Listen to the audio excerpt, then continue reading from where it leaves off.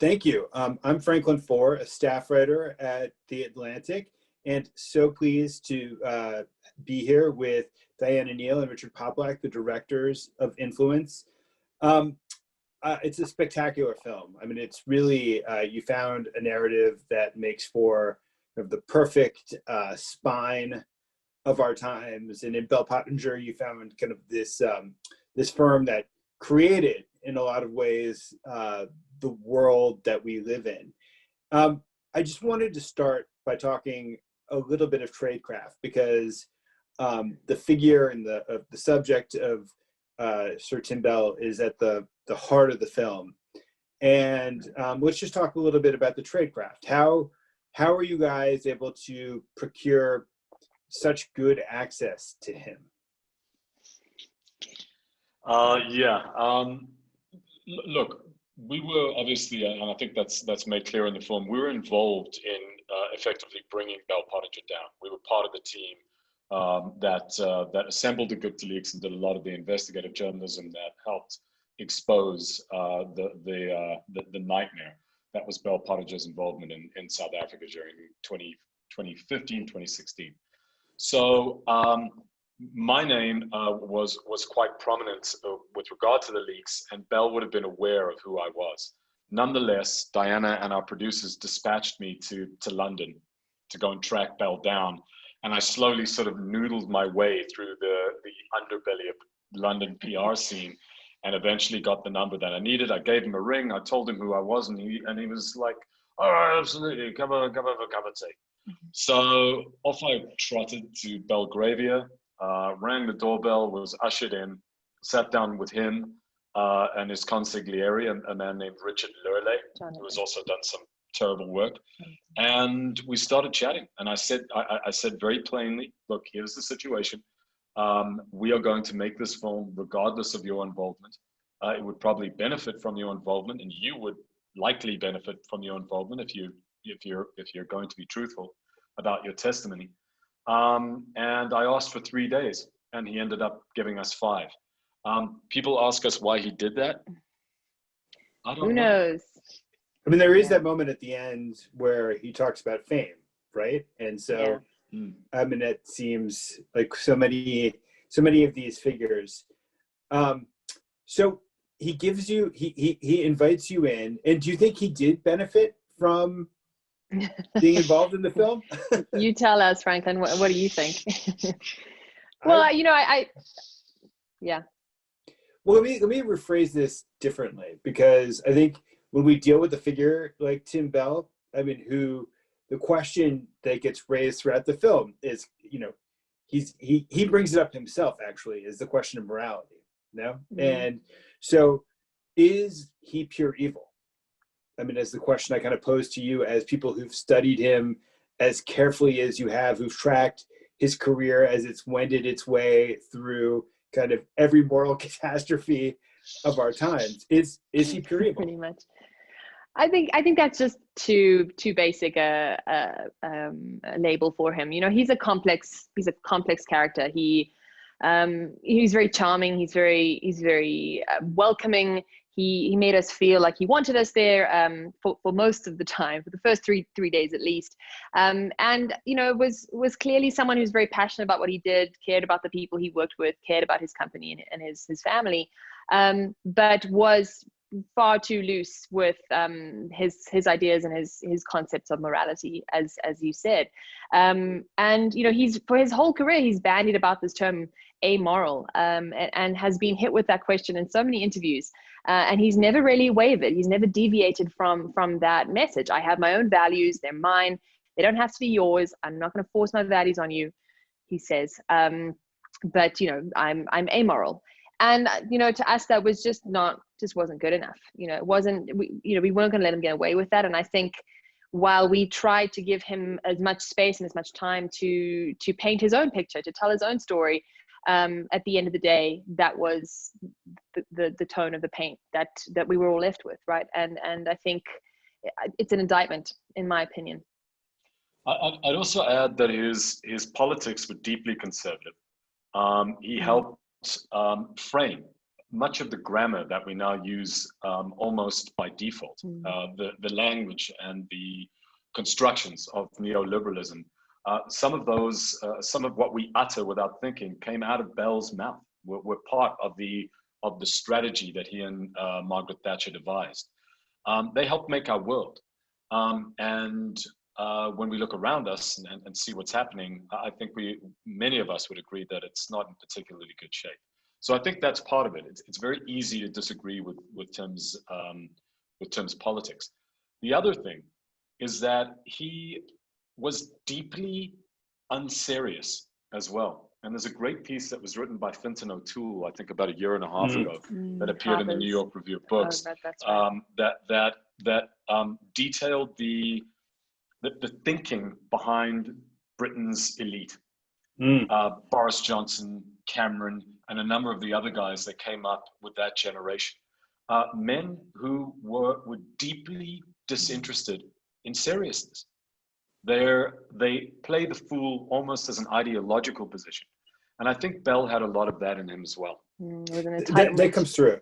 That comes through. Yeah. I mean, especially in his downfall, of course. I mean, just the way in which he didn't take the Newsnight appearance at all seriously, but also I think even in your interviews with him, I think his lack of seriousness shines through. I mean, it's there's no hint of moral reckoning as he admits all of his sins to you.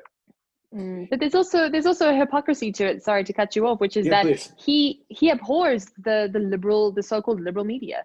You know, he will slate every British publication and television show in the UK that doesn't fit with his exact politics, and he certainly doesn't agree with our politics. And as Richard said, he knew what they were before we got there to shoot.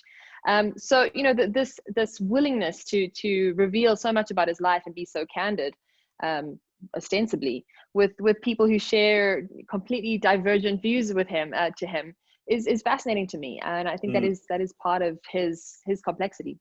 And in many ways, I think what Tim was actually playing, and I do mean playing, was the unreliable narrative. I think he understood. He was so mediated. I mean, in so many respects, he helped create the current, at least the British media. That I think he was playing a role, and there were parts of him that truly relished it, which I guess, to answer your question, is kind of evil. Yeah. I guess so. Well, I mean, just in terms of motivation, I mean, it does feel like at a certain point, you make a tremendous amount of money, you've achieved a certain amount of influence, and it was a little bit striking to me, just kind of his age, you know, as he kind of wends his way through the Zuma scandals, and as he kind of reaches that point in his career, there's something kind of propelling him beyond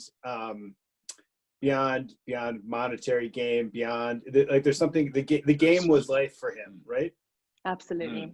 That's the exact right way of looking at it. You know, he was never, you know, I think money was important to him insofar as it gave him access to the halls of power. And as he himself says, you know, his goal in life was to be close to the light, right? The light being powerful people. But I think that for him, he was a highly strategic man who really just enjoyed playing the game, seeing how far he could push the boundaries of his work. You know, and would people catch him out, and would they have enough knowledge to call him out on what he was doing? And if you did, and you kind of knew what you were talking about, he would almost like it in a way. He would be happy about the fact that you'd done your homework and that you knew what you were talking about, even if it was negative. So he was in that way a very interesting person to profile. Yeah, and he wasn't careful about money. He blew a fortune of money, and I think he lost and won a number of fortunes over the course of his lifetime. Yeah. But I think to kind of update Hannah Arendt's The Banality of Evil, I'd almost call it the foolishness of evil. The clownishness of evil, and that's kind of the milieu that bedevils us now. You know.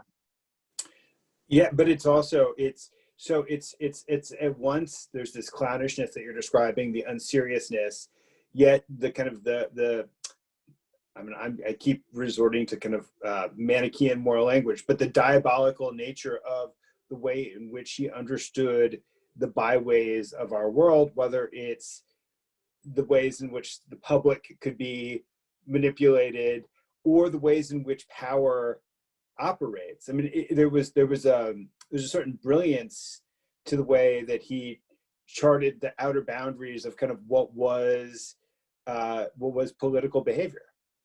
Absolutely. Understanding the inherent opportunities therein, I think. But also, I think certainly the way in which powerful people related to one another and a certain fascination with the systems themselves. I think he was someone who grew up fairly political, certainly conservative, a member of the Conservative Party from a young age. And I think the opportunity to work with Thatcher, though he might not necessarily have realized it immediately, I think it became apparent to him pretty quickly that he could have a really big influence on UK politics and thereby geopolitics. So I certainly think that was something that he honed throughout his life.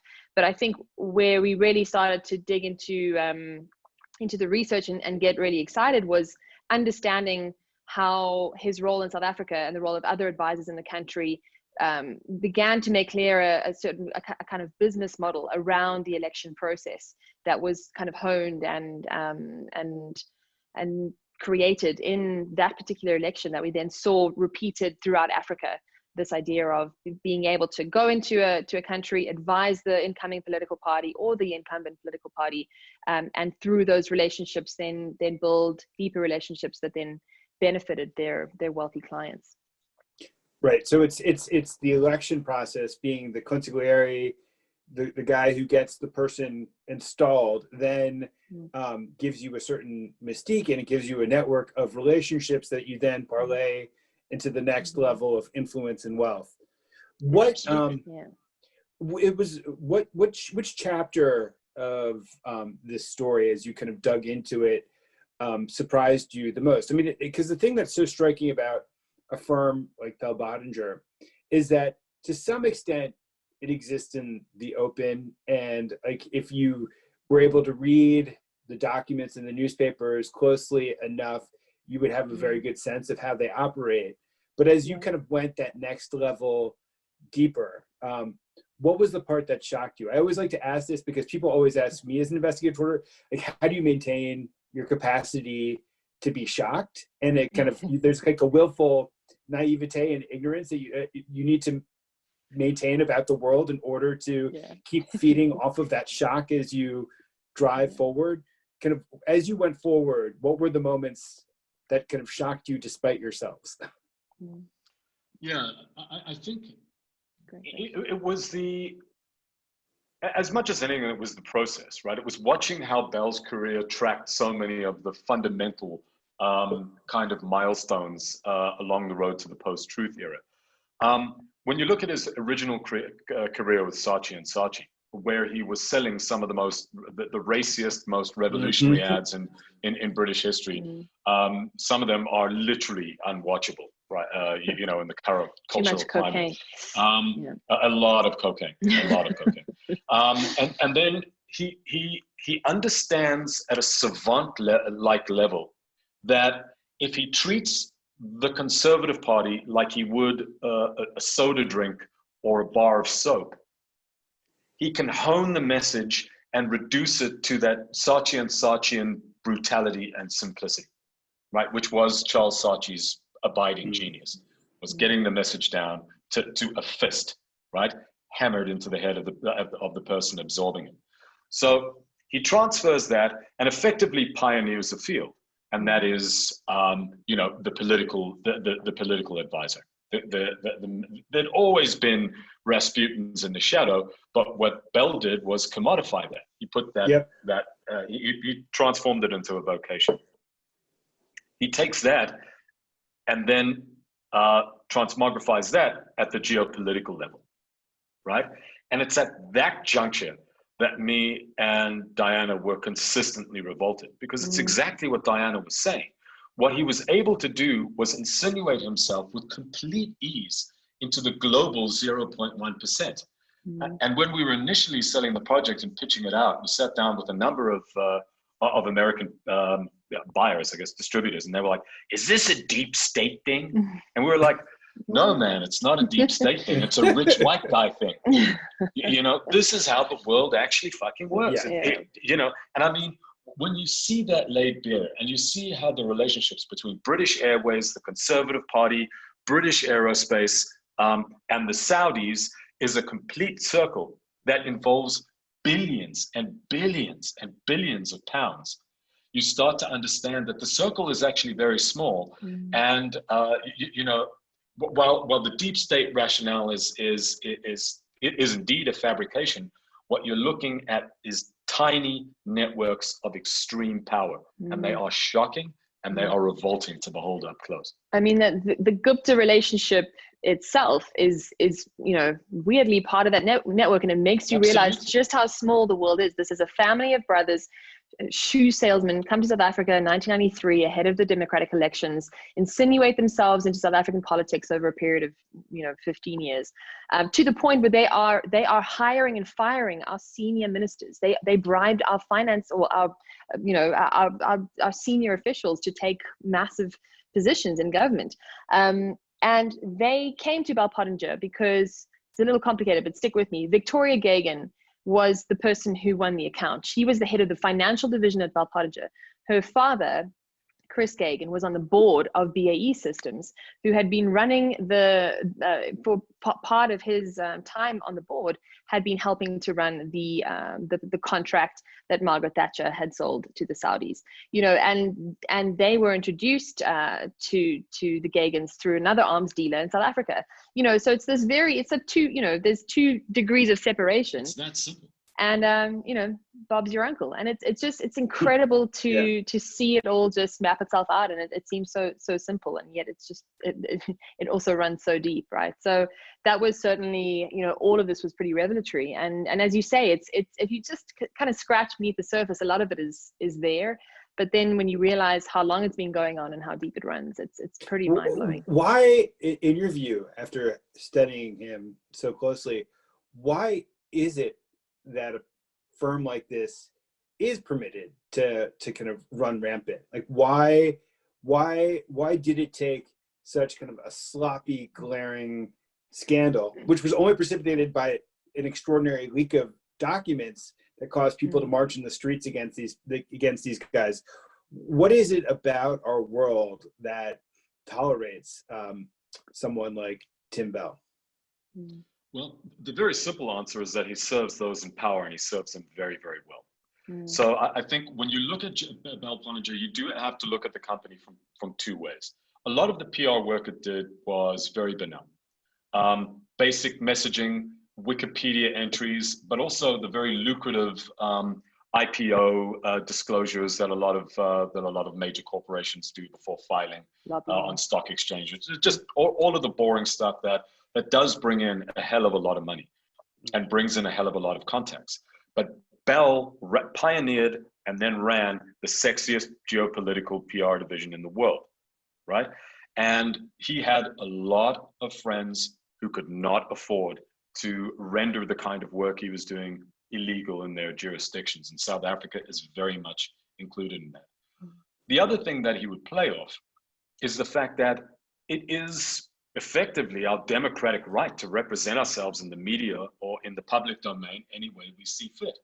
He maintained a similar sort of line that any lawyer would, and that is that everyone has a right to representation in a free and democratic country. So that was his pitch, right? Everyone has a right to be represented. Of course, there's an asymmetry when you can afford to give Lord Bell £120,000 a month to represent you to the media, and with his friends like Rupert Murdoch, he wields obviously this massive asymmetric power hold.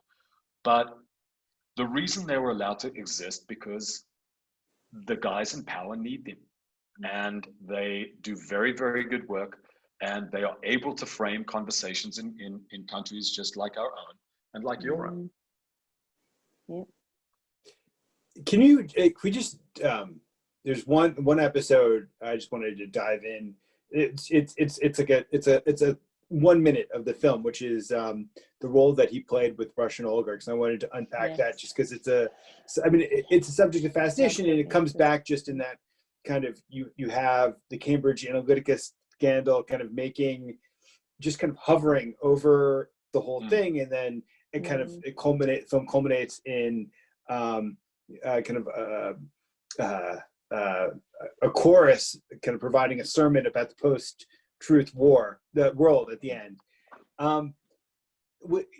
So how did he relate to the Russian oligarchs in London, and how did that relate to his objectives vis-a-vis Putin? We had a whole section that we had in an earlier cut that was about 25 minutes long, and we loved it because it was just, send it to me. It just showed. It's such fun. I will. We will. And we just, we had to make a lot of cuts to, kill your darlings. It was just, a very complicated story. Should it have been a series probably, but we had to cut it down. So we tried to keep in the highlights, but Bell's role with the oligarchs was substantial.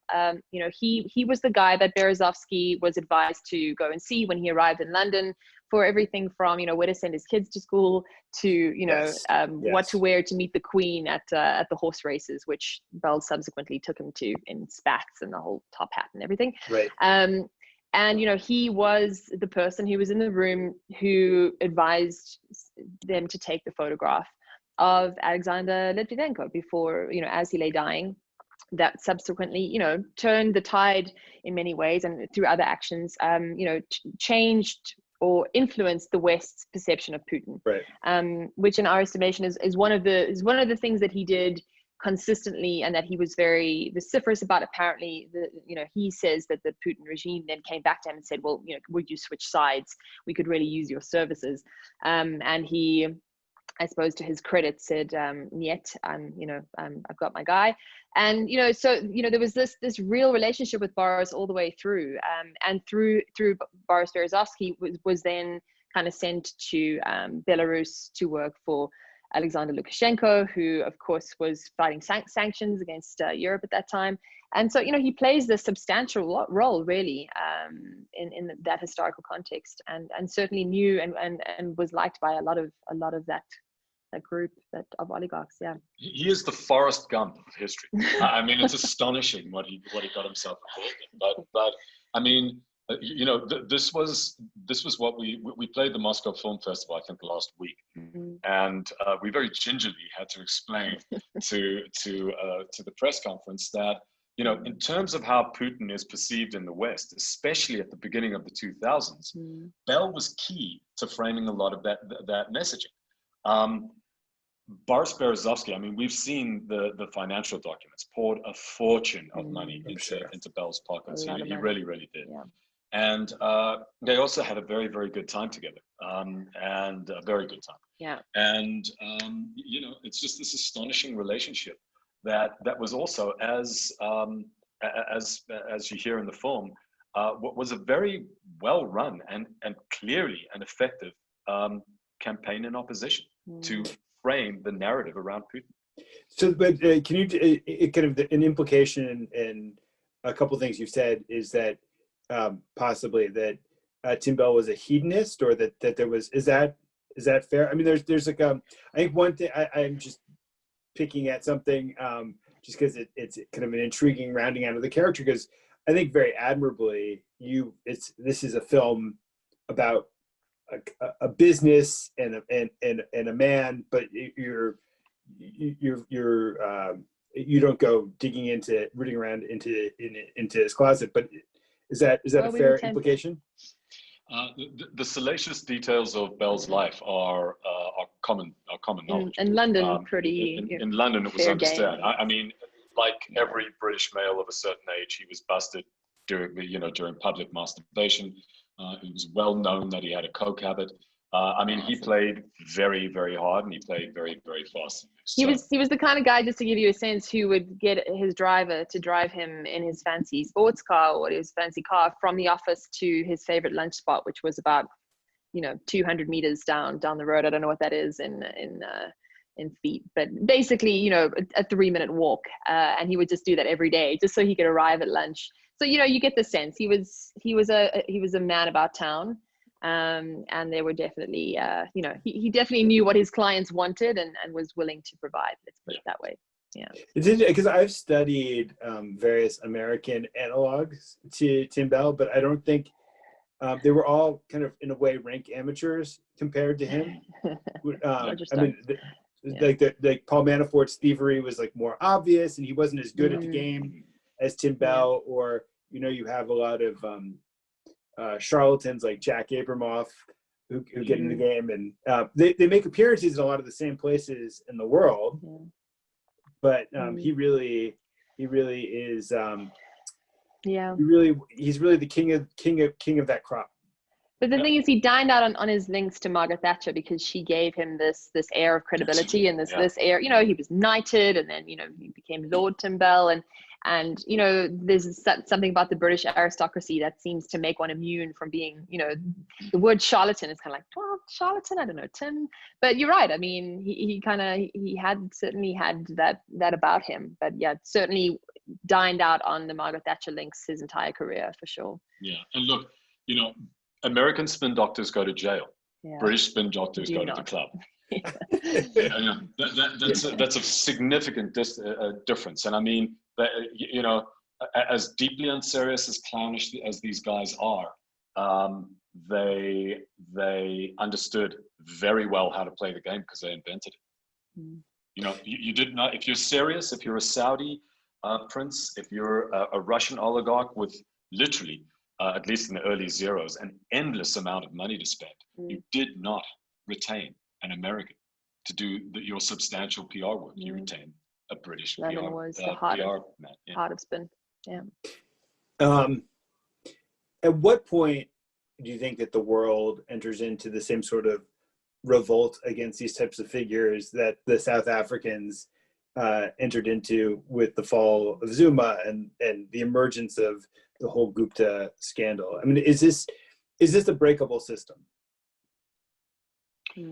The answer to that question is that yes, it is. I mean, the most obvious pushbacks I think are coming as your work has helped illuminate against big tech, which is one aspect of the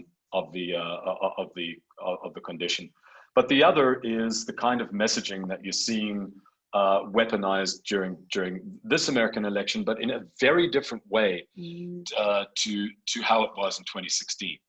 In 2016, as a number of InfoWar specialists have said to us, we didn't know. When I say we, the West didn't understand that a war was being fought. Now we do. Yes. Now there are legions of men and women who police Facebook, who police Twitter, who are online and who understand the messaging threat, which even in 2016 was a cluster bomb approach to weaponized misinformation, right? So even then, the tools weren't honed in the same way. I think it's significant that much of the conversation around information warfare during the 2020 election has circled around the Lincoln Project, which is a highly skillful Republican-run, and it usually is conservatives who are better at this kind of messaging, anti-Trump campaign. There's a few reasons for that, but I do think there is something inherently untruthful about determinedly selling a neoliberal conservative line, frankly. And I think that permeates into the kind of work that Bell and so many of his peers did. It is very difficult to find a good left-wing PR man or woman, in my estimation. I'm sure you'd agree. Yeah, the language is just, I just think that there's an unwillingness sometimes on the left to adopt some of the same tactics to use as strong language. There's just a sense that it's just a different approach. And I think there's been a realization that approach doesn't necessarily match up.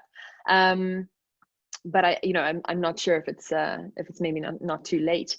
And the Lincoln Project has been interesting to observe, because they've adopted many of the same tactics. This is propaganda. It happens to have their name on it, but they're using the same methods. I think it's just people are just letting it slide because it's anti-Trump. Exactly, and I'd say, but in answer to your question, and I want to be more specific about that. I think we are much more sensitized to this kind of work right now.